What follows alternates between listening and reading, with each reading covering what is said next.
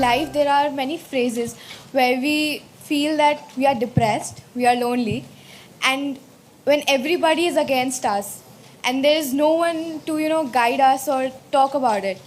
So at that moment, how should we handle it or how should we deal with it?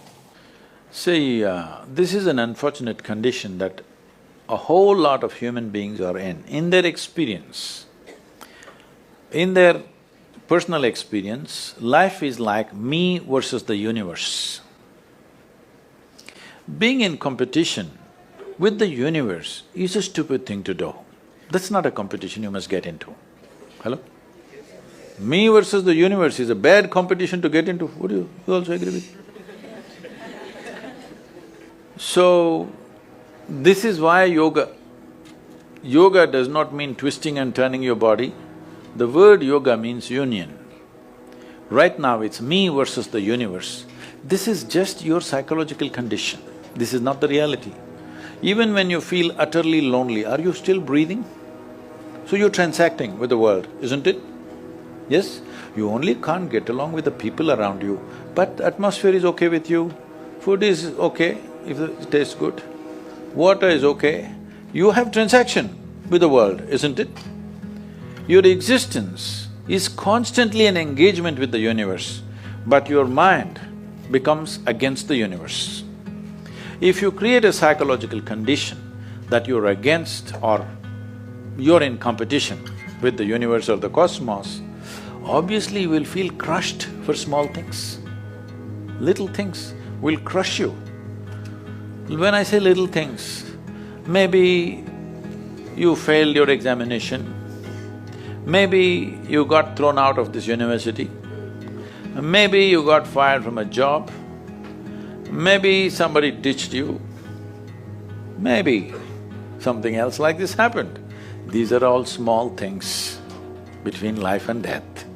Because you came here with nothing, isn't it? When you die, there is no container service for you.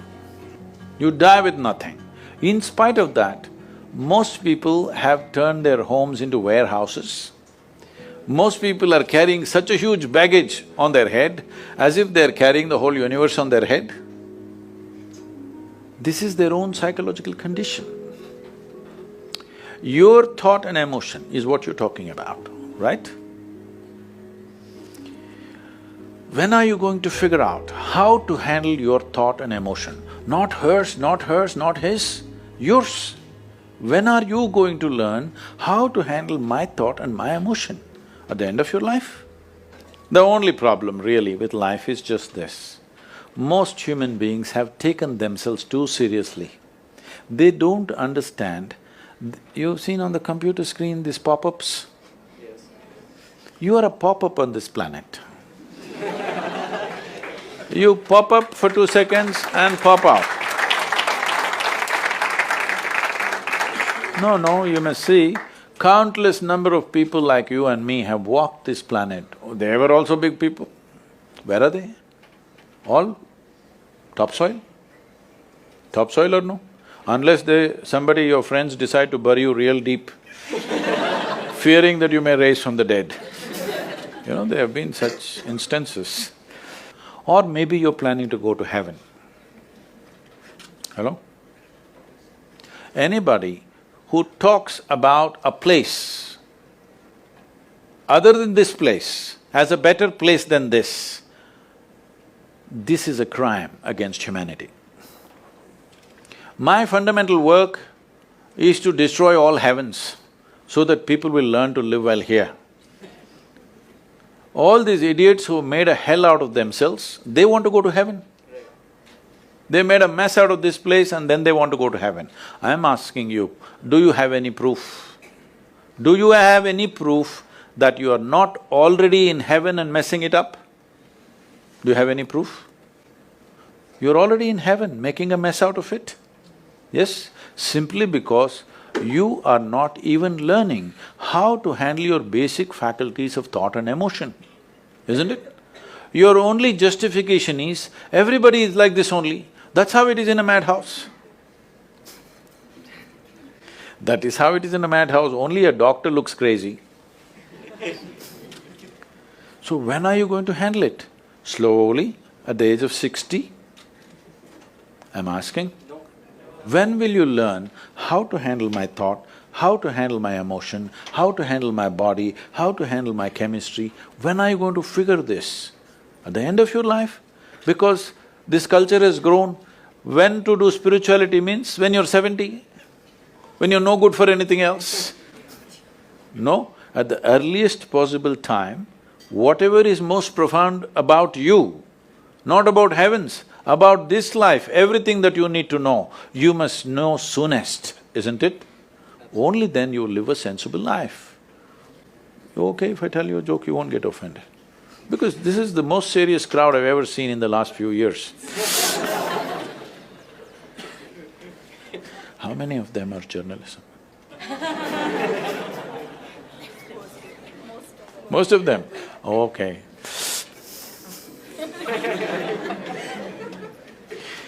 This happened. Shankaran Pillai, when he was in Paris, was married to a French woman. One day, it was their anniversary, first anniversary. So she invited a bunch of friends and she wanted to cook something really fresh, everything fresh. So from morning, she was driving him to this market, that market, he got this fresh vegetables, fresh meat, fresh chicken, this, that, everything. Then in the evening she said, because the French have this, snail appetizer, she said, go to the beach and get some snails, fresh, and I will make some appetizer for all the friends who are coming. So Shankaran Pillai went to the beach and he was picking up all the snails and putting it in a bucket. Then he met an old friend, an Indian guy. They hit it off and they were talking about their old times. He just forgot that he's married.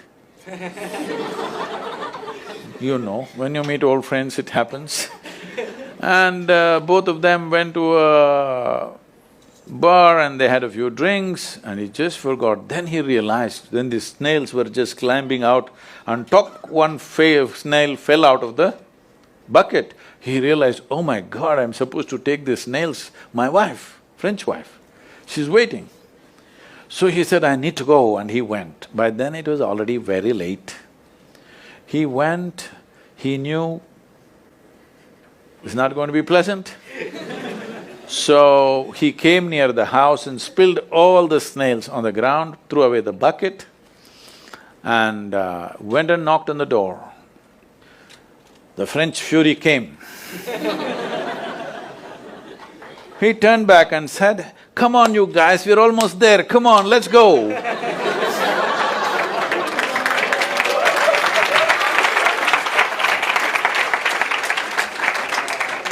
So, when are you going to pick your snails and put them in the bucket and fix them?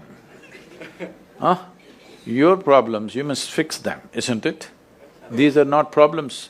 I want you to understand, you are not suffering your life. You're only suffering two fantastic faculties that only… It's a privilege of being human that we have these two fantastic faculties. One is, we have a vivid sense of memory. This is because of this memory our life is so rich, unlike any other creature. And we have a fantastic sense of imagination. Now, this is what you're suffering. What happened 10 years ago, you can still suffer. Why? Are you suffering life or memory? Hello? Memory. What may happen day after tomorrow, you're already suffering. Are you suffering life or imagination? Two most fantastic faculties you have, you're suffering. So what are you asking for? You want to become once again an earthworm. An earthworm is a very eco-friendly creature, I have nothing against it. But it took millions of years of evolution to get you this size of brain, and now you're suffering it. If we take away half your brain, of course you will sit there without any anxiety, without any suffering, peacefully. What we need is, we need to remove your brain, because you're suffering your own intelligence. Yes or no? Yes. Because we gave you a very complex machine, you have not bothered to read even the user's manual. You want to just blunder around. No, young people, it's time you figure out a few things about you. If you don't know how, we will give you tools, how to figure this machine out, because in your life, many issues will come. More issues come up in your life means you're living a more active life. Nothing came up means you're not living. Yes? Lots of issues every day. I have the maximum number of trouble going on in my life on a daily basis, because so much of activity around the world, global level of activity only with volunteers, okay? Volunteers means nobody is qualified for the job and you can't fire them for inefficiency and they love you, what to do?